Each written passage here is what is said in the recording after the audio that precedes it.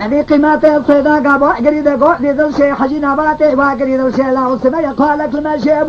مدير ميلقى خلو شوجا برا مدير سبدا البيانة هذا بارد انا اخذ مدير صلحوي الشيخ بانا فيما قادر مدير سبدا بيشا مرر زلامي قرجا كتنا مدير جوانا تيني مناني قولي دلبنا قندقلو مقا قولي بلكا بيا دبانا مدير سبدا قدي لقا دبا علي جنسي دنگا كرا قاجي قوف اندقلو على بابي مكربي لاو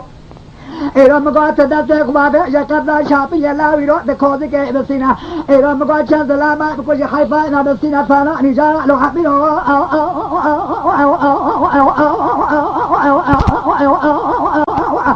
مديان سبا خوريد بالا خمي بياه بازلا مفايم قادر سلخوا شيبانا هلان داني قلت لي بانا بجبالا علي جماعة بكلاكا ماكينا جيدا داي تبرد من ميل سبايا بسبيدا بالا خداي نجي شابل يا كرولا البيان بدي سوجا بوشا خونيدا هذا بالا خمي خون كشاد دابي قولي دا ماكينا بخش ميرا ما عد دابي ريدا دعيا بالي تكمري بياك مجبونا هوار قال يشواش بيا خبر دا يويرو بوشا خوني هذا بالا خمي ما يد ميرجي دا قدر شي قاجي كركو حجي جاري بلي بريت ولا قولي انا جاكا دنجات مع سرحبه برخي مالا بعد متى يكن كشتنا علي جان عسكري دولتي على يرو دازا فيا مالا في مقاد السلخوي الشيخ بارا من داير نظر شعبيه مدي باجيك يا بو شاخونه بدا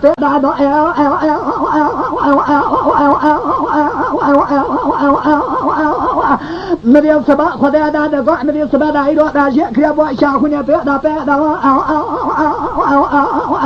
مدي جنزادا كان سروان خاني بارا خدانه ارادنگ شعبيه كتيا سنت باي شاخونه تي مرجدا مدي غازي كل قوس الخوي شيخ وانا تقول ميرك شيما كيدي جابيا كي مال عمر حسو بريدا زلنا مال في مقادس الخوي شيخ وانا بدا كرا مالا وشوتنا مشعاري وانا ما دزني